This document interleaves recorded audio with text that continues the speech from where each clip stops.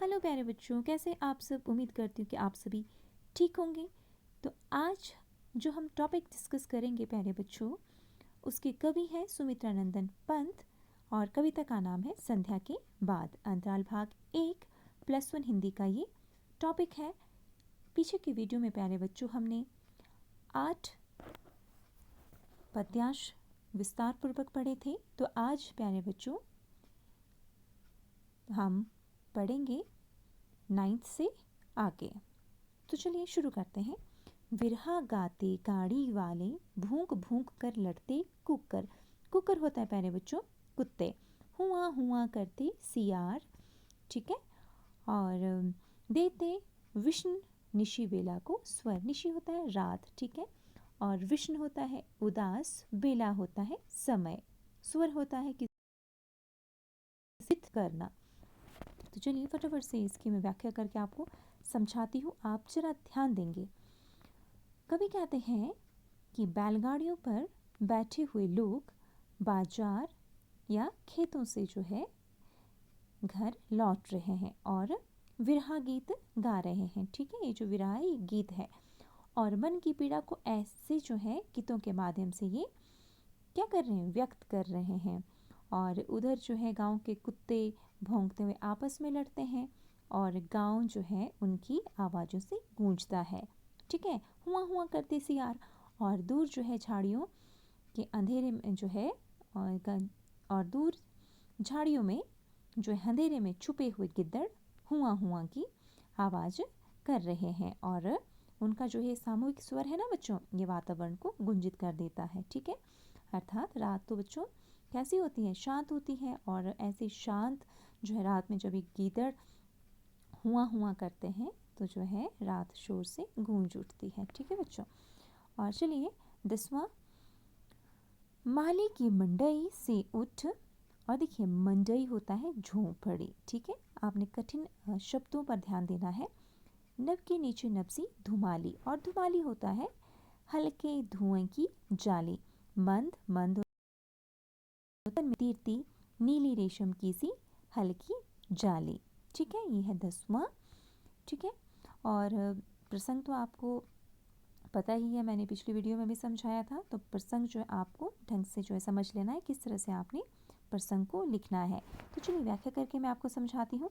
माली की मंडई से उठ, माली की झोंपड़ी से धुआं उठ रहा है, ठीक है। धुआं कैसे उठता है, क्योंकि गाँव में अक्सर घर में क्या करते हैं, चूल्हा जलाते हैं, ठीक है। लकड़ियाँ जलाते हैं चूल्हे में, तो उस तरह से जो है क्या होता है, झोंपड़ी से धुआं उठ रहा है, जिस कारण जो है धुआं वातावरण में फैलता जा रहा है, ठीक है।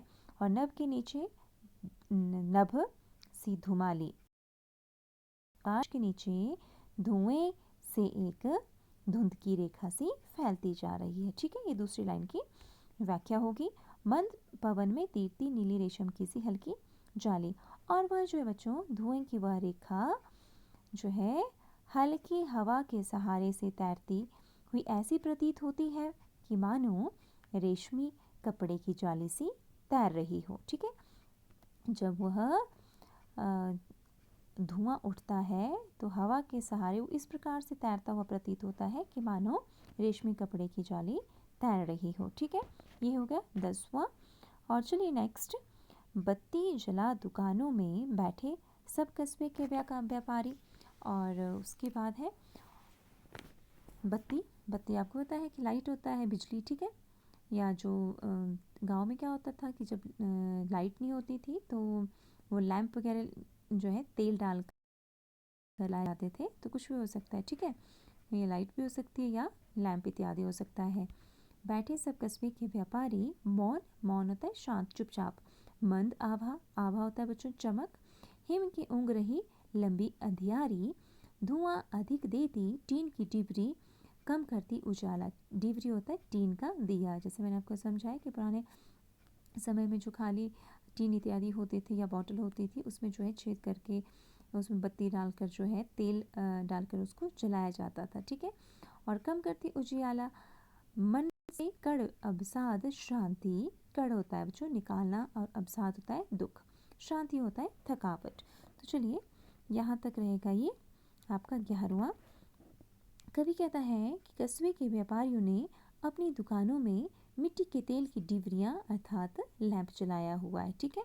और वह बैठे अभी भी क्या कर रहे हैं, जो आने वाले ग्राहक हैं उनकी प्रतीक्षा कर रहे हैं, ठीक है। और मौन मंद आवा में हिम की उंगरें लंबी अंधियारी। और क्या हो रहा है कि शरद ऋतु में हल्की रोशनी देने वाली डिबरियों के सामने ये व्यापारी बैठे हैं। सर्दियों की लंबी अंधेरी रात मानो धरती में उतर कर आना चाहती हो। धुआं अधिक देती टीन की डिबरी।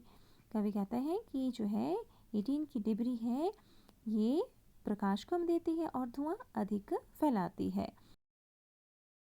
उजाला कम देती है। मन से कर अवसाद शांति। और कवि कहता है कि अब ये डिबरी के इस धुएं में मन के दुख और पीड़ाएं मानो मन से बाहर निकल आते हो, ठीक है। अर्थात मन के ये भाव इस जो है काले धुएं की तरह जो है ये क्या करते हैं कि आसमान में तैरते हैं, ठीक है मेरे बच्चों। तो जो विशेष रहेगा इन सब का जो है एक समान ही रहेगा कि कवि ने इसमें तत्सम शब्दावली का प्रयोग किया है। इसमें जो है कवि ने संध्या का वर्णन किया है कि किस तरह से जो है संध्या के समय जो है गाँव में परिवर्तन होता है, किस तरह से अंधेरा जो है गाँव में पसारता है, किस तरह से जो है कुत्ते सियार भौंकते हैं, ठीक है। तो ये इस तरह से आपने इसका विशेष लिखना है। तो नेक्स्ट जो है 12वां यहाँ से होगा बच्चों। छोटी सी बस्ती के भीतर लेन देन के थोथे सपने दीपक के मंडल में मिलकर मंडराते घेर सुख दुख अपने कंप कंप उठते लौ के संग कातर और क्रंदन मुख निराशा क्षण ज्योति के चुपके ज्यों गोपन मन को दे दी हो भाषा। अब देखिए फटाफट से इनके कठिन शब्दों को जान लेते हैं। अब यहाँ पर है देखो थोथे सपने। थोथे सपने होता है खोखले सपने, ठीक है। और उसके बाद है देखो मंडल। मंडल होता है रोशनी का घेरा। कातर होता है बच्चों अधीर, ठीक है, व्याकुल हो जाना। और क्रंदन तो आपको पता है कि रोना रुदन करना। मुख आपको पता है गूंगा गुंगी। और गोपन होता है छुपे हुए, ठीक है। तो कवि सर से कहते हैं कि कवि पंत जी इसमें क्या करते हैं कि संध्या के बाद का जो वर्णन करते हैं। और ये जो बस्ती है बहुत छोटी है, छोटी सी बस्ती के भीतर, ठीक है। गांव की जो बस्ती है बच्चों वो बहुत ही छोटी सी है, अर्थात यहाँ की आबादी कम है, ठीक है। इसीलिए तो यहाँ का व्यापार भी सीमित है। और ऐसी जगह पर व्यापार करके कमाने की बात सोचना ही व्यर्थ है, ठीक है। अर्थात जो छोटा सा जो एरिया होता है तो वहाँ पर ज़्यादा जो है लाभ अगर व्यापारी सोचता है तो वो व्यर्थ है, क्योंकि अधिक कमाने के अवसर है ही नहीं, ठीक है बच्चों। दीपक के मंडल के में मिलकर मंडराते घिर सुख दुख अपने। कवि कहता है कि दीपक की लौ से बने प्रकाश के घेरे में व्यापारियों के सुख दुख मंडराने लगते हैं। अर्थात बच्चों कि ठंड में दिए की हल्की रोशनी के आगे बैठ और जो है ऊँघते हुए जो व्यापारी है मानो उस रोशनी के सामने अपने दुख सुख में तैरने लगते हैं, ठीक है। और जो दिए की लौ है उसके साथ साथ उनके हृदय का जो है रुदन है, और अर्थात जो हृदय की पीड़ा है वह भी जो है अव्यक्त निराशा भी दिए की लौ के साथ उठने और गिरने लगती है, ठीक है। कंप कंप उठते लौ के संग कातर और क्रंदन मूक निराशा। कवि कहता है कि उनके जो है क्या बच्चों जो उनका दुख है, ठीक है, उनके हृदय का रुदन है अर्थात हृदय की पीड़ा है, और जो है अव्यक्त निराशा है, मूक निराशा हुआ जिस निराशा को जो है वो व्यक्त नहीं कर पाते हैं, और वो भी दिए की लौ के साथ उठने और गिरने लगती है, ठीक है। क्षण ज्योति के चुपके ज्यों गोपन मन को देती हो भाषा, ठीक है। और कवि कहते हैं कि ऐसा प्रतीत होता है कि मानो हल्की सी रोशनी ने उनके मन के छुपे हुए भावों को भाषा दे दी हो, ठीक है। कि क्षण ज्योति भी हल्की सी ज्योति, ठीक है, उनके मन के छुपे हुए जो भाव हैं उनको भाषा दे दी हो, ठीक है प्यारे बच्चों।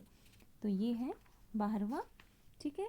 आज की इस वीडियो में हम यहाँ तक जो है 12वें पद्यांश तक ही चर्चा करेंगे। नेक्स्ट की वीडियो में प्यारे बच्चों हम पढ़ेंगे 13 से आगे। ये कविता थोड़ी सी लंबी है प्यारे बच्चों, तो इसमें ज़्यादा वीडियोस बनेंगी, तो मैं नहीं चाहती कि बहुत लंबी वीडियो हो और आपको समझने में दिक्कत आए। तो आज की वीडियो में सिर्फ इतना ही। यदि आपको कुछ समझ नहीं आए तो कमेंट सेक्शन में ज़रूर मुझे बताएं, जो भी आपके डाउट्स होंगे। तो आज की वीडियो में सिर्फ इतना ही। Thank you.